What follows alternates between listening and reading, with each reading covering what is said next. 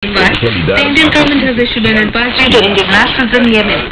The advisory says that all Indian nationals living in the country are advised to exit the country through whatever commercial means available. Organization correspondent reports that there is such time that they are able to exit.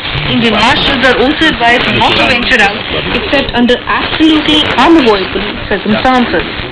The helpline telephone number is 00967 711 888 I repeat, 00967 711 888 and the email is helpline@eoisana.com.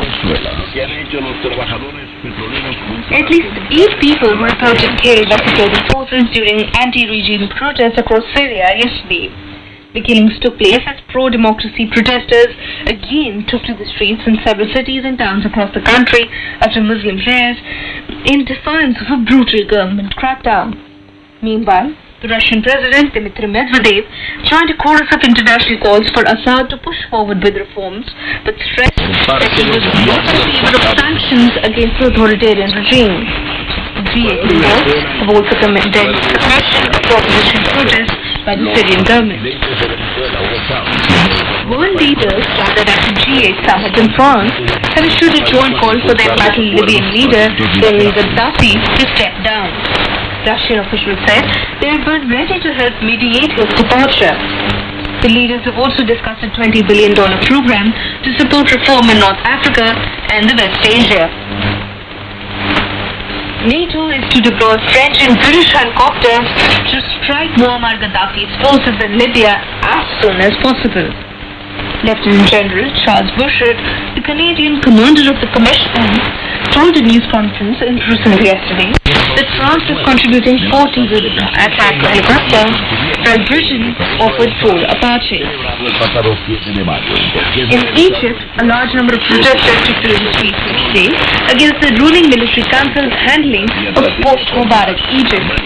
According to Egyptian media, Iran, demonstrations were also held in the Alexandria and in the Sinai Peninsula.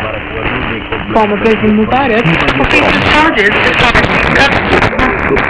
Analysts say that groups that helped to most uprising are frustrated by the slow pace of democratic change and they are directing their anger at the ruling Supreme Council of the Armed Forces. Protesters want a civilian government, a new constitution, the acceleration of trials of former regime figures, and their removal from top jobs in the police, universities, and other places. In China, unprecedented demonstrations by ethnic Mongols upset the country's rules, show no signs of abating, and there are plans to further protest. The Southern Mongolian Human Rights Information Center said in Beijing that the demonstrations which reportedly began on Monday in China's Inner Mongolia region have continued all week. For daily protests in Kabyle. China Reza and her Russian partner, Elena Vesnina, cemented the third round of the women's doubles in the French Open Tennis Championship. In the second round in Paris, they defeated the combination of Christina Barros and Johanna Lars-Philippi in straight sets 7-6, 6-3. The women's singles last year's runner-up, Samantha Soto, was knocked out in the third round. Argentina's Gisela Dulcos defeated Soto in 3 sets, 6-4, 1-6, 3. In northern Nigeria, suspected members of radical Islamic sect attacked a police headquarters killing 13 persons, including civilians in Damboa town. Now to end of the bulletin, here are the headlines once again.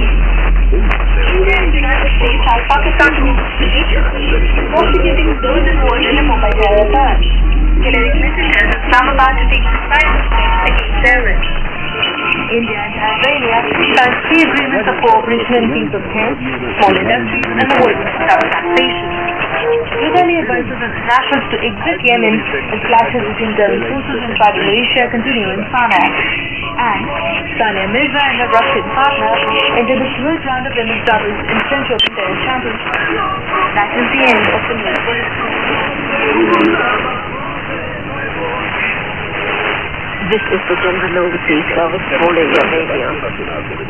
It's time once again for today's commentary on Prime Minister's visit to India-African relations. The script by Anjan Roy. We just concluded second India-Africa summit in Africa's political capital Addis Ababa underlined in no uncertain terms that New Delhi has arrived in the continent. While the two sides had shared centuries-old bond, momentum in the ties had slowed down over the last couple of decades. Yet India does not desire to follow a Chinese model of engagement but rather focus on capacity building and creating space for the aspiring African youth. Peace and stability are making their way to Africa after decades of violent civil wars across the continent. Today it presents a huge